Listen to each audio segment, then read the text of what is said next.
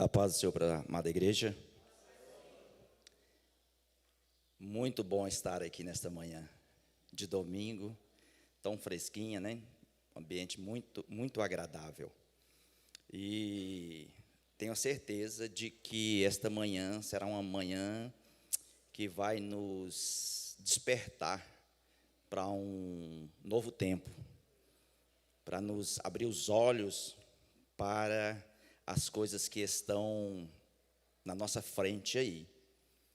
E agradecendo a Deus, né, pela oportunidade de estar aqui, juntamente com vocês, e pelo privilégio que é estar aqui com esse microfone, porque eu me sinto honrado em estar na frente de pessoas tão competentes, pessoas inteligentes, pessoas que realmente conhecem a palavra de Deus e nos dá o privilégio de sentar aí, de nos ouvir.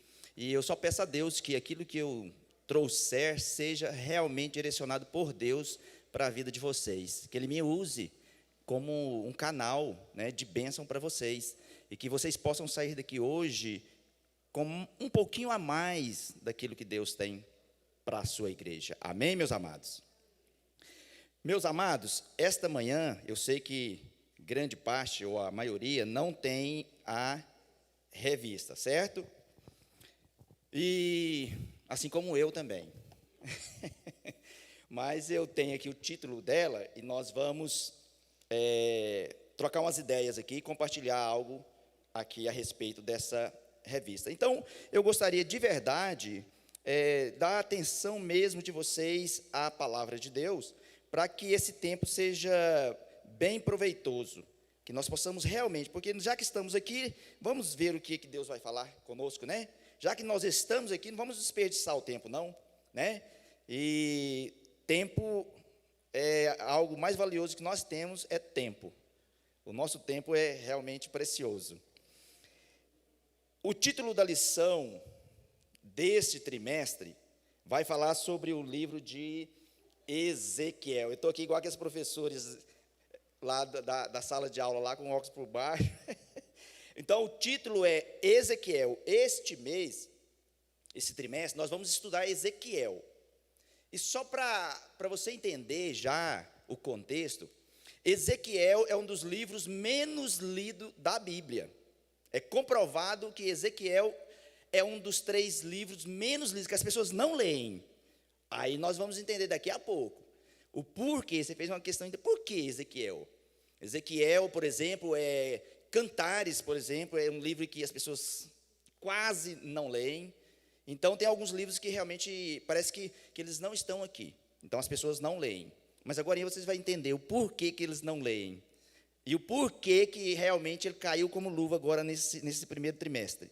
Então, o título é Ezequiel, e está escrito assim: o profeta com a mensagem de juízo, arrependimento, restauração e manifestação da glória do Senhor, da glória de Deus. O título dessa lição de hoje, ela é intitulada como A Chamada do Profeta Ezequiel. O texto áureo diz assim: e disse-me, filho do homem, põe-te em pé e falarei contigo. Verdade aplicada, ainda hoje Deus tem chamado e capacitado pessoas para que proclamem sua palavra com ousadia, fidelidade e amor. Primeiro objetivo é mostrar o contexto histórico da chamada de Ezequiel. Segundo objetivo é ressaltar a incumbência do profeta Ezequiel, a que foi chamado. Terceiro objetivo, expor a vocação visionária do profeta Ezequiel. O texto de referência se encontra em Ezequiel 2:1-5. Lerei.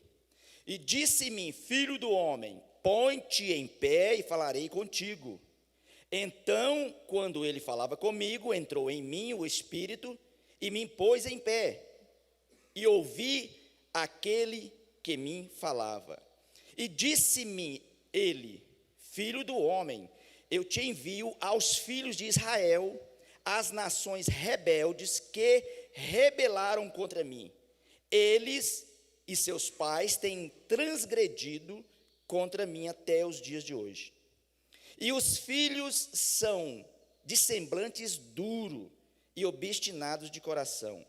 Eu te envio a eles, e lhes dirá, assim diz o Senhor Deus. E eles quer ouçam, quer deixem de ouvir, porque eles são casa rebelde, hão de saber que esteve no meio deles um profeta. Amém, meus amados? Antes, porém, fazendo aqui um adendo, deixa eu explicar para os irmãos.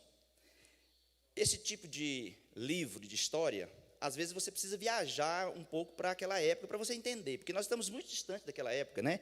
As coisas hoje não têm nada a ver com aquela época. Hoje nós vamos trazer aqui para você entender como era um profeta da época, qual o seu papel, qual a sua postura, o que Deus exigia dele naquela época. Eu vou falar a princípio daquela época, mas não vai ter como não associar a época de hoje, porque parece que é o jornal de amanhã, isso aqui. E aí o porquê que o profeta de Deus, naquela época, amados, só para você ter ideia, quando ele entrava a uma casa ou a uma residência, se a pessoa tivesse pecado, por exemplo, ela tremia as bases. Lembra do rei Ezequias, de Saul, por exemplo, quando o profeta entra, ele diz, você veio de bem, né? Você veio, tipo assim, você veio trazer boas notícias, né? Porque ele sabia que se fosse mal notícia, a execução era sumária. Você lembra da palavra, por exemplo, para o rei Ezequias?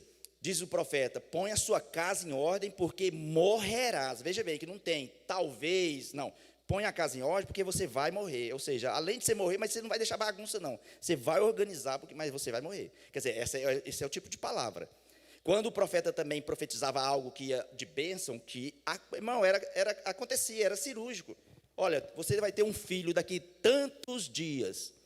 Era batata, não tinha jeito. Você lembra lá, por exemplo, de Ana, quando chegou no sacerdote, e o sacerdote ali diz, olha, por esse ano você terá nos braços um filho. Aconteceu. Então, aqui, nesse contexto, a gente vai trazer uma palavra para vocês entenderem como que era o profeta. E cabe a mim, hoje, trazer, na primeira escola, nos primeiros dias do ano, eu diria para você uma palavra, meu amado, que não é a palavra que a gente quer ouvir. Coube a mim, segundo a lição, trazer uma palavra de um profeta que trouxe uma profecia de juízo. E quando você vai ler aqui os 48 livros, você vai entender por que ele foi rejeitado. E uma coisa que é importante você entender, e veja bem, aqui só tem crente, não é verdade? Aqui, graças a Deus que só tem crente, porque eu vou poder falar realmente para crente. Só eu te falar o porquê. Profeta não fala para ímpios, para gentios, profeta fala para o seu povo. A linguagem do profeta é para o povo de Deus. Deus só usa profeta para falar com o povo dele. Porque o papel do profeta, qual que era? Ouvir Deus e transmitir ao povo. Então, essa palavra aqui, que Deus usa esse homem, não foi para falar com os gentios, não é uma palavra de evangelismo, não é uma palavra de ganhar almas, é palavra para o seu povo. E uma palavra de correção, uma palavra de dureza. Por isso, tanto Jeremias quanto Ezequiel, que são contemporâneos, foram açoitados, foram jogados no poço, foram amarrados, e várias coisas aconteceram com ele, porque o povo não queria ouvir aquela mensagem. Agora, uma coisa a gente precisa entender. Para ser profeta, não pode ser covarde. Para ser profeta, não pode. Covarde aqui no sentido, irmão, de se amedrontar, de fugir da responsabilidade, de ser acometido pelo medo, pela fobia do que vem pela frente, do que vai acontecer com ele. Você entendeu? Então, o profeta aqui, por isso que o profeta, às vezes, até recusava. Vai lá, vocês lembram do profeta Fujão, né? Vocês lembram de Jonas? Deus chama ele para o profeta e diz: olha, você vai lá naquele povo e você vai levar uma palavra de salvação para aquele povo. Mas como que eu vou levar a palavra de salvação? Porque os ninivitas, irmão, eram cruéis. Pensa nos homens mal, na cidade mal. Eles matavam seus adversários com requinte de crueldade. E ele sabia disso. Aí Deus manda ele ir lá levar uma palavra de salvação para quem ele queria que fosse morto todo mundo. E ele pega o contrário, porque havia um medo de falar a verdade e ser. Agora, no caso de Jonas, é compreensível, porque ele estava indo num povo inimigo. Agora, o que não justifica é no caso do povo de Deus. Deus levanta um profeta dentro do povo de Deus, e esse profeta tem medo de falar a verdade, porque ele pode ser morto pelo povo de Deus. O próprio povo mata. A perseguição, vocês precisam entender isso de uma forma bem sucinta, porque o maior perseguidor de Jesus não foi os gentios, foi os judeus. Quem açoitou Paulo, bateu em Paulo, e não foi os gentios, foi os judeus. Quem cortou e matou Jesus, matou os apóstolos, foi os religiosos. E a gente precisa compreender isso, porque senão, muitas das vezes, é difícil vir trazer uma palavra dessa, porque a gente vai ter que trazer uma palavra para massagear algo de alguém. Talvez eu tenha que conter minhas palavras, porque eu não sei quem está ouvindo. Porque essa palavra que eu estou falando, ela vai para os serviçais, vai para os mais graduados, vai para pastores, vai para líderes, vai para presidente, vai para todo mundo. E às vezes é difícil falar a realidade por isso. Porque uma coisa interessante, eu vou dizer para vocês precisam compreender isso. Ser profeta, meu irmão, exige coragem, exige saber o que vem pela frente. Aí nós vamos entender aqui a questão do chamado.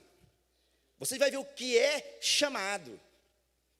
Chamado, meu irmão, não é cair de paraquedas no ministério. Chamado não é ser escolhido a dedo por o líder, por aquele que ele gosta mais. Não, chamado é algo diferente, meu irmão. É algo que você coloca acima da sua própria vida. Tem pessoas preparadas teologicamente, tem a questão de diploma, está preparado, mas não tem chamado. Vou dar um exemplo para você, só para começar. Vocação e chamado. Vocação é uma coisa, vocação é uma predisposição que você tem em você, uma habilidade natural que está em você, está intrínseco em você. Daí você vai, quando você vai fazer um curso aí de faculdade, você vai fazer aí um curso de vocacional, né? Para saber qual é a sua vocação. Vai fazer um teste, você vai responder, você vai perceber, e de repente algumas coisas vai linkando ali, você vai, é isso aqui que eu quero.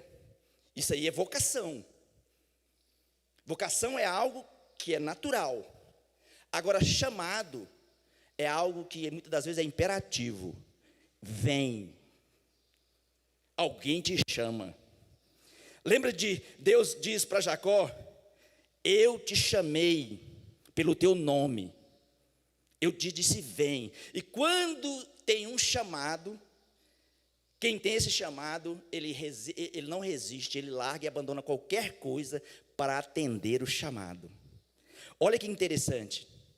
Moisés, quando estava no palácio, se formou, se capacitou, tinha diploma, era o cara, Moisés, né? Saído das águas, crescido, até 40 anos estava no palácio, no Egito, e lá ele se capacitou de maneira tremenda.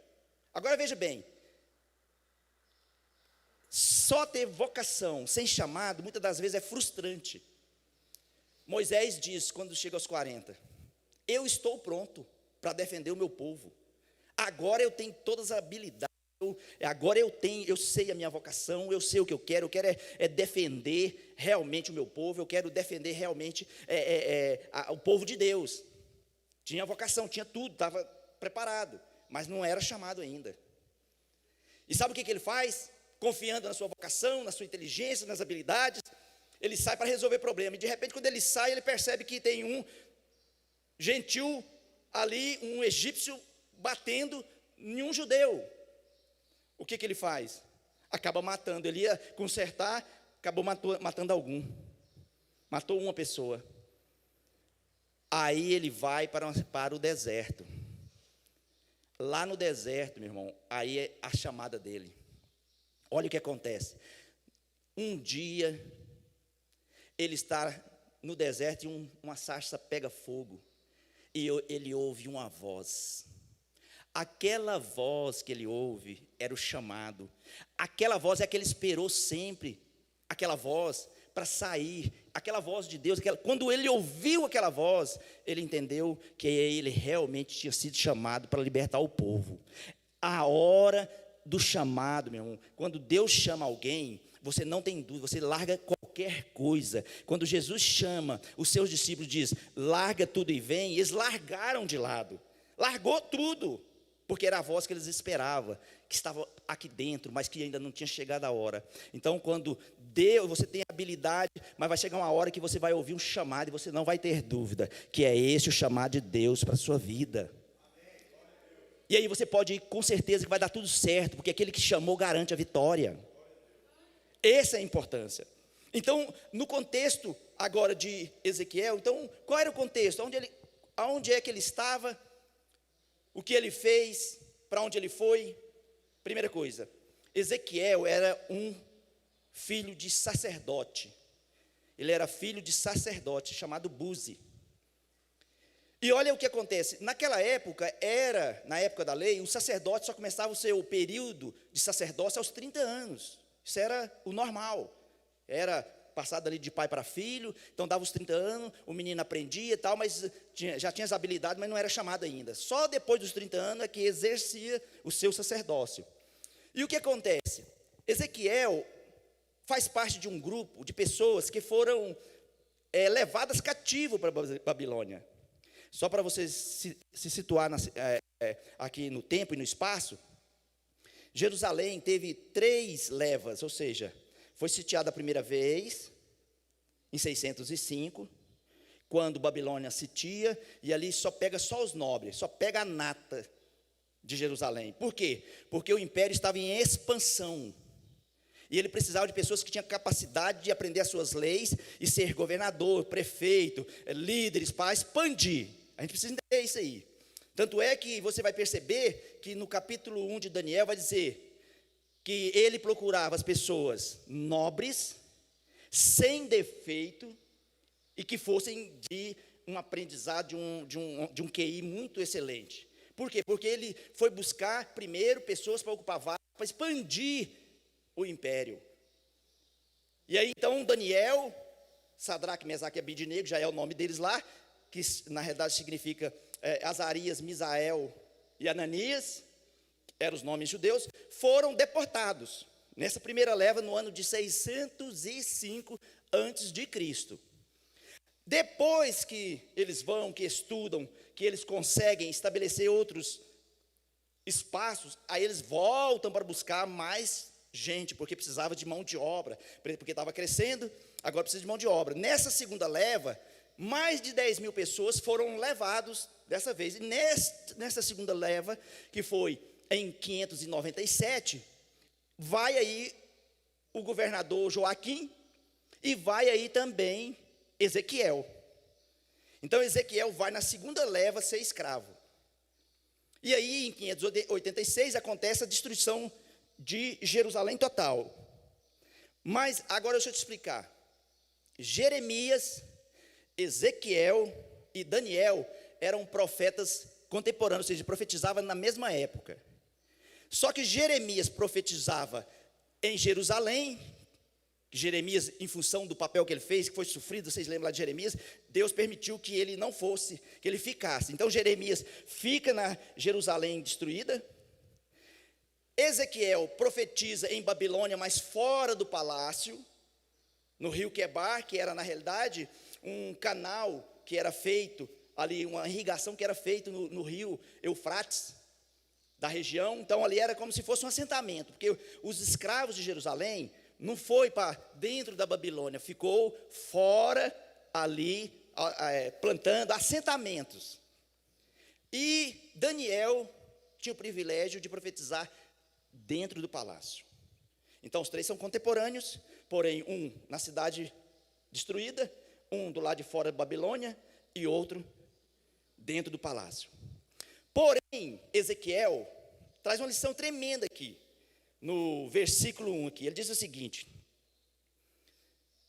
o final ele diz o seguinte: estando eu no meio dos cativos, ou seja, escravo também, junto ao rio Quebar, se abriram os céus e eu vi visões de Deus. Deixa eu abrir um parênteses aqui. O profeta Ezequiel perdeu tudo. Perdeu a sua casa, perdeu os seus bens, saiu da sua cidade, perdeu tudo. Foi sem nada para aquela região, sem nada, sem nem documento, foi sem nada. Mas uma coisa ele deixou aqui bem claro, que nós podemos perder tudo, perder nossa casa, perder nossos documentos, nossas rendas, perder tudo, mas um homem de Deus nunca vai perder a visão de Deus, a visão da palavra de Deus. Você pode perder tudo, mas não perca a visão. É a visão que vai te levar no lugar onde você deve chegar.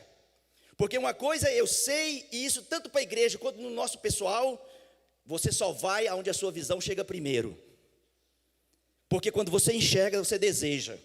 E se você deseja de verdade, você faz de tudo para alcançar aquilo. Então uma coisa ele deixou bem claro aqui, viu? Eu estou fora, perdi tudo, mas ainda no meio do cativeiro, eu ainda tenho visão de Deus. Eu ainda enxergo saída, eu ainda enxergo possibilidade. Estou trazendo aqui para você a questão histórica. Como era? Então, começa, a palavra de Deus vai dizer aqui é para você aprender sobre história mesmo. Quando ele saiu lá de Jerusalém, ele não tinha 30 anos ainda. E era comum, veja, olha que como Deus é perfeito.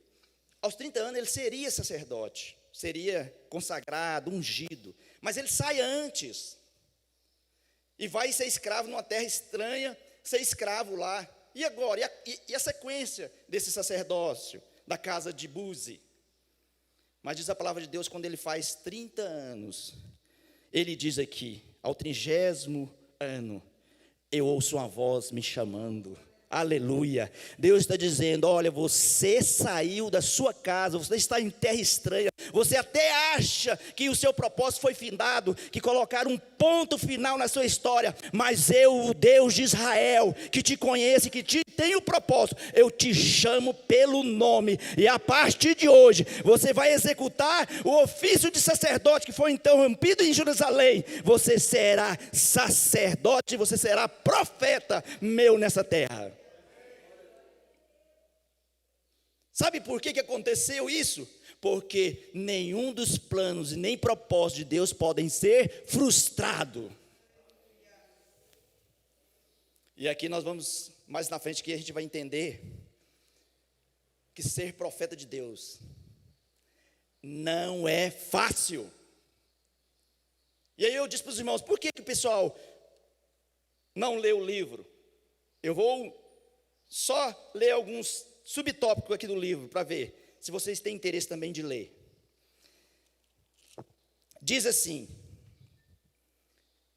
a predição do cerco de Jerusalém já era uma das profecias. Ele estava profetizando que Jerusalém seria sitiada. Então ele teria que dizer isso aí para esse povo arrogante, esse povo que acha que são os mais e que os muros de Jerusalém estão nos protegendo, nós somos filhos de Deus e nada nos atinge. Ele vai dizer, vocês vão ser atingidos, vocês vão ser cercados, vocês vão ser sitiados e vocês vão ser levados escravos. Olha que palavra.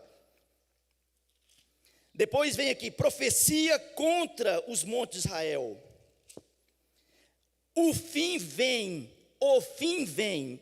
capítulo 7. Olha, dizendo para eles, vocês estão acabados, vocês chegaram no final. Abominação no santuário. Mudança para fora do muro, é símbolo do cativeiro. Ele estava dizendo, vocês vão sair de dentro dessa fortaleza, vocês vão ser colocados para fora das fortalezas. Essa era a mensagem dele. Profecia contra os falsos profetas.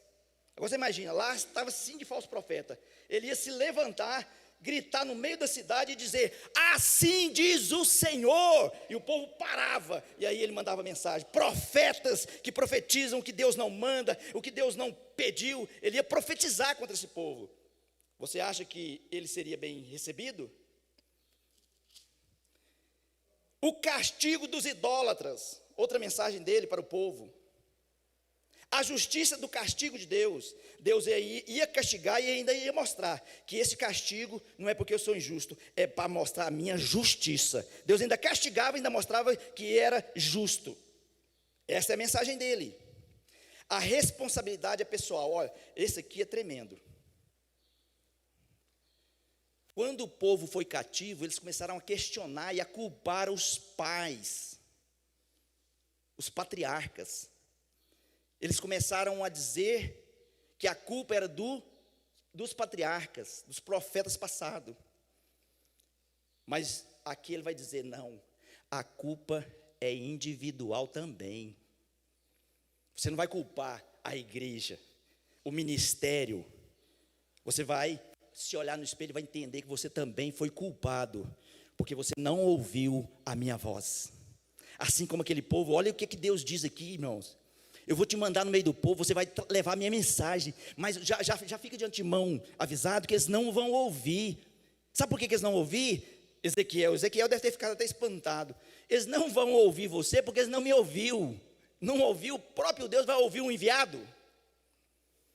Mas Deus disse assim: mas você vai falar, eles ouçam ou não ouçam, mas uma coisa eles vão ter certeza: passou um profeta neste lugar, porque quando eles estiverem escravizados lá, ele vai entender: ah, alguém disse. E hoje eu quero ser usado como profeta. Não diga que você não ouviu o que vai ouvir hoje. E uma das coisas a frase aqui que eu quero trazer para você, crente, é que o fim está chegando, o fim vai chegar. E que crentes, que são apenas figurantes dentro da casa de Deus, ficarão.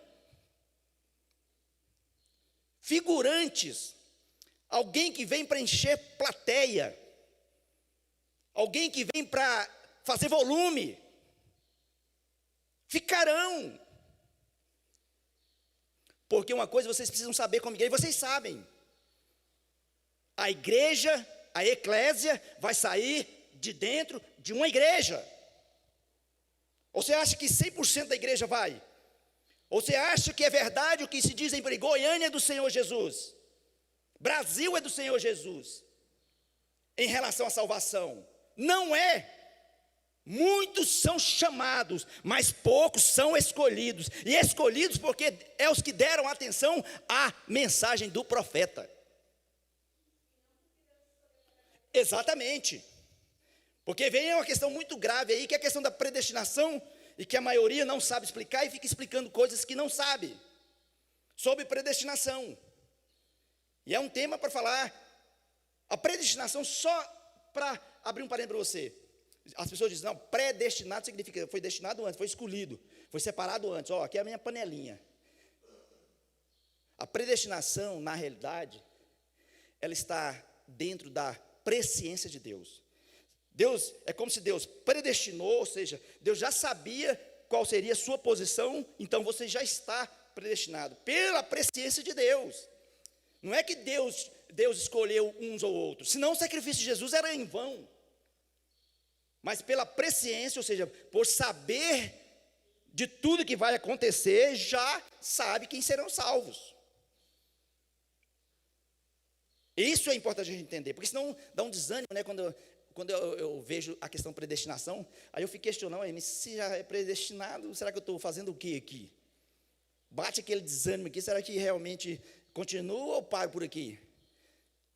Vou para frente aí, ser profeta de Deus, sendo arriscado a ser cortado a cabeça, ou vou aproveitar o mundo? Dá essa sensação. Exatamente. É porque Deus, irmãos, nos deu. E esse livre-arbítrio aí precisa também ser entendido. Se é Como é esse livre-arbítrio? A gente tem que entender essa palavra, porque é muito fácil a gente falar, não, você tem livre-arbítrio. Mas nem todos têm livre-arbítrio. Deixa eu te falar um negócio aqui de livre-arbítrio. Livre-arbítrio é o poder de escolha, não é? Você poder decidir. Tem pessoas que Deus não deu essa escolha, principalmente os escolhidos. Os escolhidos, uma coisa eles não têm, é o poder de escolher. Vou dar um exemplo, Jeremias foi chamado por Deus, não pediu para ser profeta, não pediu para fazer nada do que Deus falou, mas Deus disse, olha, você vai vir, você vai ser profeta, você não vai casar, você não vai frequentar festa, você não vai frequentar velório, você não vai frequentar. O escolhido não tem o direito de escolher. Isso é que é difícil de aceitar. Aí, a gente precisa entender isso, porque aí fica muito fácil o evangelho. Por isso nós temos esse evangelho de hoje. Por isso nós temos esse evangelho, diria uma palavra bem forte para dizer, genérico. Um evangelho que não transforma, que não muda, que não vê diferença. Por exemplo, nós estamos numa época onde a gente diz que Jesus está se aproximando, que Ele vem, e que o Brasil, por exemplo, é um celeiro do evangelho. Goiânia é uma cidade evangélica. Mas por que quanto mais igreja aparece, abre, mais violência, mais... Por quê? Onde deve ter alguma coisa que está precisando de ter um contraponto. Aonde o povo de Deus está, tem que haver uma transformação. Aonde o povo de Deus está, tem que haver diferença. Aonde tem um profeta de Deus, a palavra tem que ser contundente. Paulo diz algo tremendo. Trago em meus corpos as marcas de Cristo. Bom, vamos entender isso? Marca. E quando ele diz marca, é marca mesmo. É marca de açoite, de pedradas, de sol escaldante. Paulo, a gente fala de Paulo, né? Parece que Paulo era um príncipe, a gente fala, mas Paulo era alguém que era sofrido no trabalho, na batalha, trabalhava dia e noite fazendo tenda para se manter, porque a igreja não reconhecia seu chamado. Paulo apanhava, Paulo era esbofeteado. Daí, quando eu disse para você que o profeta, o homem de Deus, tem que ter coragem, é porque vai ter que enfrentar esse tipo de situação se quiser ser verdadeiro. E quando ele diz, trago as marcas de Cristo, eu me recordo de uma coisa interessante. Você lembra, não, alguém, talvez o Paulo Henrique, alguém que tem cavalo, animal, né? Já viu quando marca um boi com a sua marca? Como que é? Vocês já viram?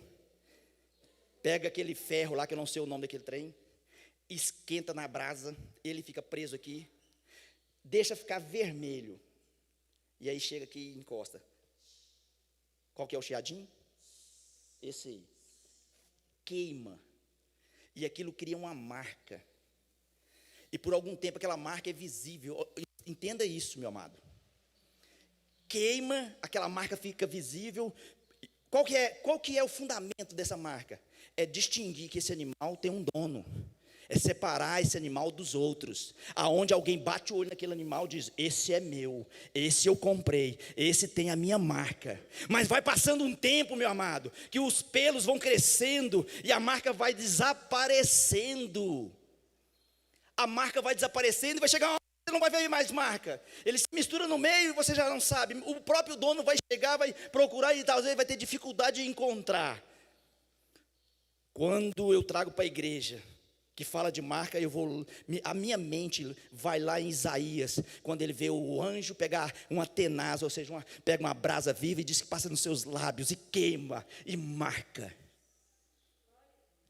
Sabe por quê que ainda, muitas das vezes nós confundimos um irmão nosso, se ele é ou se não é, se deixou de ser, é porque a marca está desaparecendo. E sabe por que a marca está desaparecendo? É porque hoje a palavra de Deus, que é fogo, não tem sido pregada como ela é. A palavra que marca as pessoas. Palavras que marcam pessoas. A palavra de Deus tem que deixar uma marca, tem que ter um JC aí de Jesus Cristo, marcado, para quem ver você, enxergar você, que seja no meio da multidão, diz como aquela mulher disse ao profeta Eliseu: lá vai um santo homem de Deus, ele tem a marca de Deus no seu corpo, na sua fala, nas suas atitudes. É ano da retomada.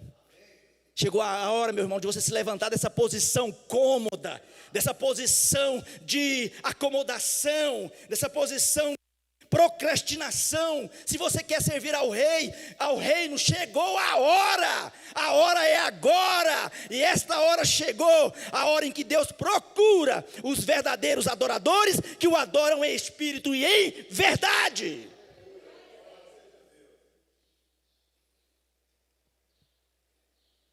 Não podemos, nós temos que ter essa consciência, precisamos mudar. E este ano é um ano que Deus requer de nós mais do que os anos que passaram, porque o dia está chegando a hora de Deus chamar a sua igreja para o reino dos céus. E você precisa estar nessa caravana. Eu preciso estar. Sua família precisa estar, mas para isso você vai ter que ser profeta, vai ter que fazer o papel de Ezequiel dentro da sua casa. Você vai ter que dizer: meu filho, se você não aceitar essa palavra, meu filho, infelizmente, eu não posso te levar. Infelizmente, meu filho, você vai ficar, e a coisa aqui não vai ser boa, porque às vezes a gente tem medo de falar a verdade para as pessoas. Não é verdade? A gente tem medo de machucar o ego. Agora, quando fala de chamada, e aqui nós estamos falando de Ezequiel, mas eu estou me referindo aqui a Jeremias, porque uma coisa acontecia com os profetas. O profeta do Velho Testamento, ele tinha que sentir como Deus se sentia em relação ao povo. Ele tinha que sentir a indignação que Deus sentia, porque ele era o canal que passava essa indignação. Porque imagina, Deus indignado chegava lá para o profeta dizer: fala desse jeito aí. Quando ele chegava no meio do povo, coração quebrantado, não queria ver machucar ninguém, aí amenizava a profecia. Falava menos do que Deus, fazia um contorno, fazia uma resenha, cortava algumas palavras. Por isso o profeta é alguém que se doa, é alguém que sente o que Deus sente a ira de Deus, sente a raiva de Deus, sente a alegria de Deus, para quando ele transmitir, as pessoas sentir firmeza, segurança na palavra do profeta. Então, Ezequiel aqui faz esse papel, dentro desse contexto. O tópico 2 vai dizer o seguinte: Deus usa, tópico 2, 1, 2 e 3. Deus usa quem quer, quando Ele quer e aonde Ele quer. Aqui mostra a soberania de Deus. Deus usa quem quer, aonde e quando. Ou seja, Deus estava usando um profeta na cidade destruída, um no cativeiro, um dentro do palácio. Todos os profetas, mas Deus usa quem quer dentro do palácio, quem Ele quer no cativeiro, quem Ele quer na cidade ruída. Deus usa a nós todos, ou pelo menos quer usar, tanto no lugar nobre, na empresa, na favela, dentro de casa, em qualquer lugar. É isso que a gente precisa entender. Agora, para Deus usar, você só precisa de estar predisposto a aceitar o chamado. Quando Ele disse: vem. Quando Ele diz: vem, aí se você tiver, Ele vai te usar. Deus usa qualquer um, usa. E às vezes na nossa prepotência, na nossa altivez, a gente acha que Deus usa daqui para cima. Deus usa pessoas que estão aqui nesse patamar aqui. Não, meu irmão, Deus usa quem quer. E principalmente quando os de Deus não quer fazer, aí Ele usa qualquer um. Quer um exemplo? Chega um dia um homem, certamente faltou coragem, faltou profeta em uma terra. Deus usa um homem e o homem chega na cidade e diz: olha o recado do homem de Deus. Chega no meio do povo e diz: eu não sou profeta. Primeira coisa, vamos dizer aqui, os irmãos já viram aqueles filmes, geralmente de rei, rainha, quando o mensageiro chega na praça, e a praça está cheia, e aí toca uns clarinhos, dá um som para todo mundo ficar, aí ele pega um rolo e abre.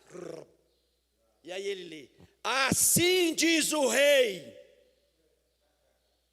Um homem chamado Amós chegou numa cidade, subiu num palanque, talvez lá no chafariz do centro da cidade, subiu na torre, subiu em cima lá da estátua do bandeirante, ficou bem alto e gritou.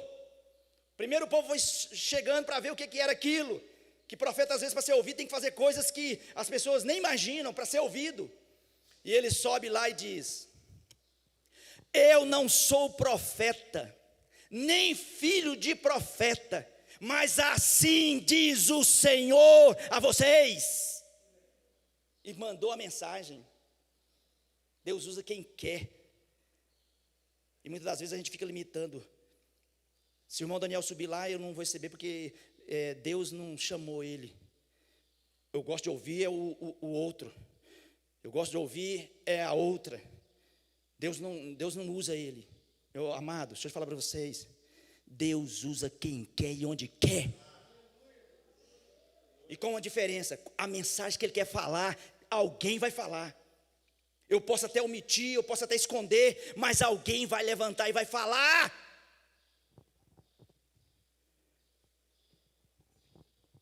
A mensagem do livro de Ezequiel é um profeta levantado no meio de um povo corrompido. Lá no Velho Testamento a gente chama de povo de Deus. Para os dias de hoje, uma igreja corrompida. E quando eu digo igreja, e eu sei que vocês entendem, mas é bom a gente falar com as letras grandes, talvez até desenhar, porque tem pessoas que não compreendem.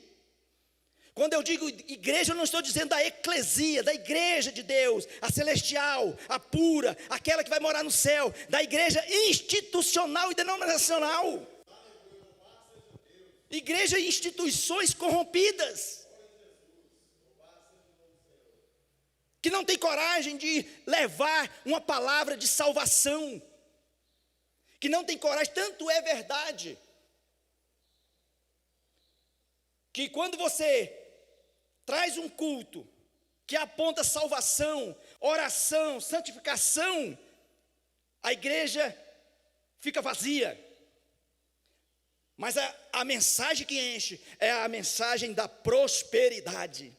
Se vai ter mensagem de prosperidade, e se vai alguém lá pregar, que é alguém que entrega chave, que entrega apartamento, que entrega a igreja, não cabe.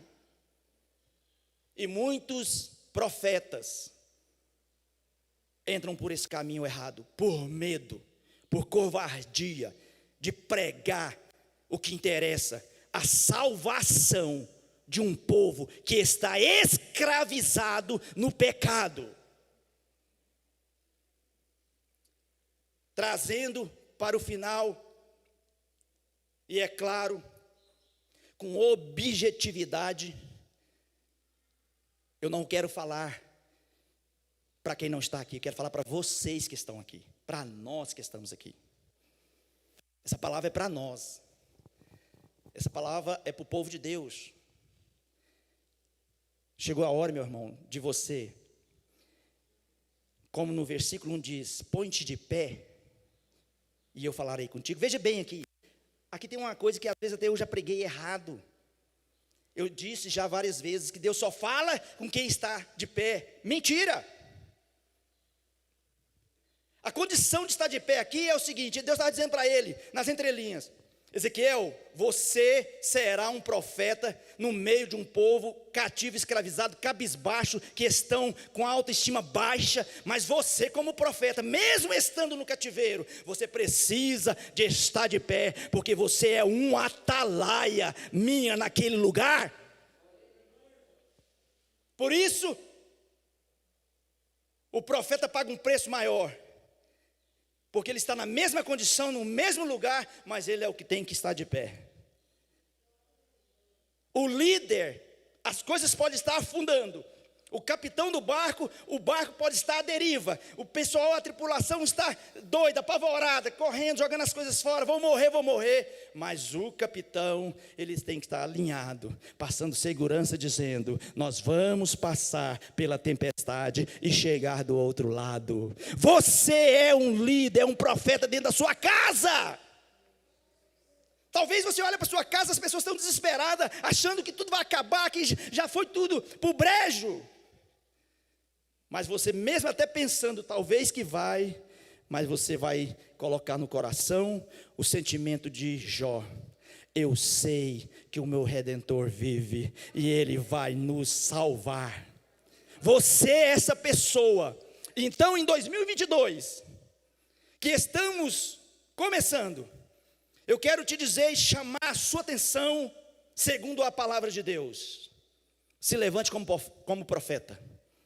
Se levante como alguém que tenha coragem de levar evangelho, de levar salvação, de levar uma palavra que as pessoas precisam de ouvir, porque nós não estamos tendo muito tempo mais. Chegou o fim. Só não vê quem não quer. Pandemia. Olha só o Brasil, as enchentes. Agora outra cepa de gripe. Lá fora, geada. O mundo está de perna pro ar, meu amado. Chegou a hora de ser profeta. Chegou a hora de pedir a Deus coragem para ser um profeta que tenha a revelação e que não se importe com os ruídos, com aquilo que não agrega, que não soma. Lembra aqui que eu disse da questão da individualidade, quando ele diz: olha, a nação pecou, mas foi individual também. Irmãos, sendo verdadeiro com vocês aqui, que eu sei que são pessoas crentes, meus queridos, vocês não são pessoas que precisam mais de qualquer um estar chamando atenção por coisas triviais. Uma igreja que é consolidada, uma igreja que tem pessoas aqui com 10, 15, 20 anos, 30 anos, 40 anos, 50 anos, 55 anos no meu caso, nasci dentro da casa de Deus, e até hoje eu tenho que ouvir, por exemplo, alguém dizer: ó, não fala mal do seu irmão que é pecado, meu irmão. Ô, meu irmão, não faz isso que é pecado. Nós não precisamos mais disso. Somos salvos, a palavra diz: vós sois limpos pela palavra. Agora é o que fazer dessa palavra para ganhar outros. É crescimento, é expansão. Não é preocupação com a minha manutenção. Chegamos à hora de expandir, abrir as portas da arca da salvação, para ver se entra o máximo possível antes de soar a trombeta de Deus. Que Deus possa abençoar vocês, a cada um de vocês, que neste ano de 2022, vou usar uma frase aqui com uma palavra que o pastor Brenner trouxe, porque nessa virada, a gente sempre faz aqueles projetos, né? O pastor Brenner trouxe uma palavra interessante, que se você não mudar de atitude dentro da sua casa, no seu serviço, aqui na igreja, o que vai mudar só é o calendário, a sua vida continua do mesmo jeito. Então precisa que você se coloque na posição de dizer: eis-me aqui, Senhor. Eis-me aqui, Senhor. Que Deus possa abençoar você, a sua casa, neste ano 2022. Que a sua mente seja aberta, que os seus olhos sejam abertos para enxergar o seu chamado no ministério que Deus tem para você. Que Deus abençoe a cada um de vocês de verdade, e que esse ano você veja de verdade a mudança na sua casa, que você veja de verdade a mudança no seu ministério, que você veja as coisas ficarem palpáveis. Que seja um ano de realização. Que Deus abençoe a cada um em nome de Jesus. Amém. Amém, Jesus. Em espírito.